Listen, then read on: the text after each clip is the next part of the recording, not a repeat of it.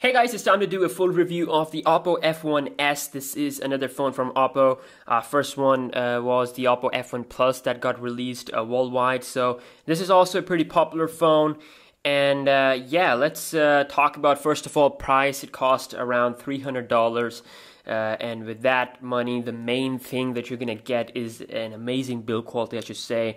And yeah, it does look a lot like iPhone, but you have to admit, you know, it's premium. Okay, so it's a full metallic body, metal on the side, metal on the back, and you also get of course, glass on the front, which is by the way Gorilla Glass 4 for the protection, and also you get cool wallpapers every time you press the lock screen button, so which is also kind of cool thing, you know. So yeah, it has a normal charging port here, speaker, as well as the 3.5mm headphone jack, everything down here, and on the top you get microphone, on the right you get power button alongside this tray, which is of course for dual SIM / micro SD card, and also on the left side you get the volume rocker, so pretty decent design, I should say, and the fingerprint sensor, just like the Oppo F1 Plus, it's still the fastest one, I think the fastest one on any phone. Look at the speed. It's just blazingly fast, shows you no animation, just straightforward, unlocks the phone and gets you on the home screen. And this is 5.5-inch display, so it's a big phone, and it's having a resolution of 720p, so 1280 by 720p resolution. So it's really a nice display. For example, outdoor visibility is great. You're not going to be having any problem looking at the phone. The brightness is also nice, optimal. It can get too bright in indoor conditions. Outdoor, again, it's a clear visibility environment. And also you can see here, closer look at the display. Wow, I mean, yeah, it's not as good as the Super AMOLED, but it is good for the price. 720p, 5.5-inch, not bad at all. So yeah, and of course, for those people who like big screen phone, they're gonna love it. The form factor of this phone is really good. The weight is good, and also it's a little bit thicker compared to the F1 Plus. So yeah, that's that. So if we talk about the software, of course, it's using the Color OS. And one thing that sucks is that it's still rocking Android 5.1 Lollipop, you know, which is kind of a shame, because most of the phones are coming with Marshmallow, and the Android 7.0 is right around the corner. So they really have to upgrade their phones here. So you can see 5.1 Lollipop. So you can see the display, it can get really bright in indoor conditions. So I'm just gonna have it on really low brightness. So yeah, 5.1 Lollipop is there, but software overall, it's kind of a, you know, Chinese software, you can say. It's just home screens, and there's no app drawer. Also, you know, it looks a lot like iOS. First of all, you know, if you hold icon, they're gonna wiggle or wobble, you can say, and then you have the option to quickly uninstall the apps. You can also move them in folders. Also, if we take a look at the power off menu, which is also slide to power off, kind of like iOS, and wallpaper change, of course. When you press the power button, you can on the lock screen you can access the camera, which again also looks a lot like iOS. So let me just show you here.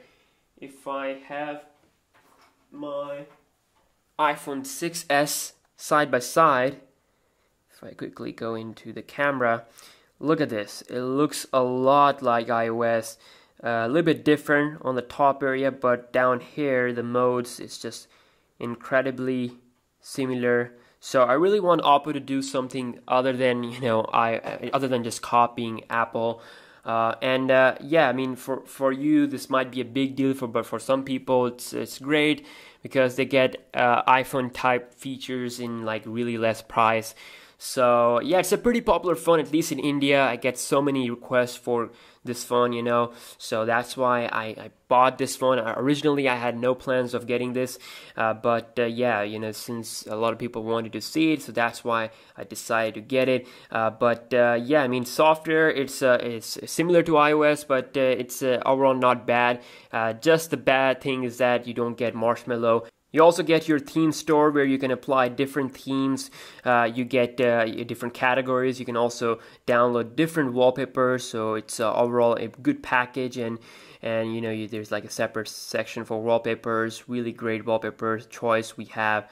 So you don't have to download any third-party applications for getting wallpapers. So also you do have the option to have one-handed operation, so you can swipe from the bottom to the middle, so it just shrinks the display into the corner, so you can easily reach every part of the display without using both hands. And then you can do this again to get back where you were. So one-handed operation is there. There's also gloves mode, so I'm going to be making a separate video for the tips and tricks.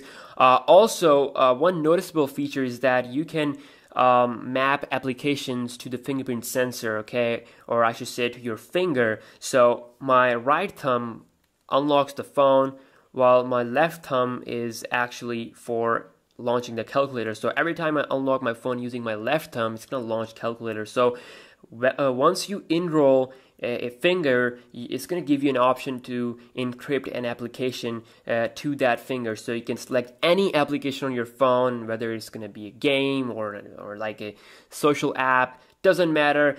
You can, you know, again, you can encrypt any application you want. You can also encrypt applications that to, you know, protect them security wise. So if I go into the, let's see here, photos, it's going to ask for my fingerprint sensor, and now I am in the photos. So moving on to the processor, it has a chipset, MediaTek chipset, which is a little bit downgraded compared to the F1 Plus. Also with 3 gigs of RAM, so on the F1 Plus you get 4, while here you get 3. Benchmark scores are pretty decent, I should say, but I have yet to put this one in a speed test, which I will do first against the P9 Lite, most requested comparison. So but overall, my experience says it's gonna be able to handle any game without any problem. It's gonna give you a smooth experience software wise, as I'm getting right now. So it shows you the RAM information here, which is almost 1 GB RAM free out of 3 GB. So I believe that the multitasking or RAM management will be great on this phone, so which is a pretty great thing. Like you can see, it's holding up applications in the memory. So moving on to the camera. Now this phone comes with a 16 megapixel front camera and a 13 megapixel camera on the back. So for the price, the cameras are great. They do decent job in both outdoor and indoor low light condition wise.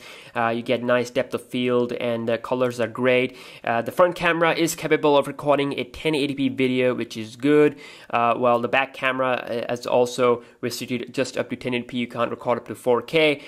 The selfie from the front camera, like they are, you know, promoting this phone as a selfie phone. It's not really a selfie phone, you know. I haven't seen it producing great results compared to my Galaxy S7 or I should say Huawei P9 or P9 Lite, you know, considering the amount of megapixels they have put in. But still, again, you can't ask too much for the price, you know. It's decent. Also, other noticeable mentions is that it does have a low power mode, which is not exactly like an ultra power thing mode. It's just underclocks the CPU speed and gives you a little bit more battery life, you know. And also you get eye protection, which is kind of a, you can say, a night mode thing, you know. They're calling it eye protection for some reason.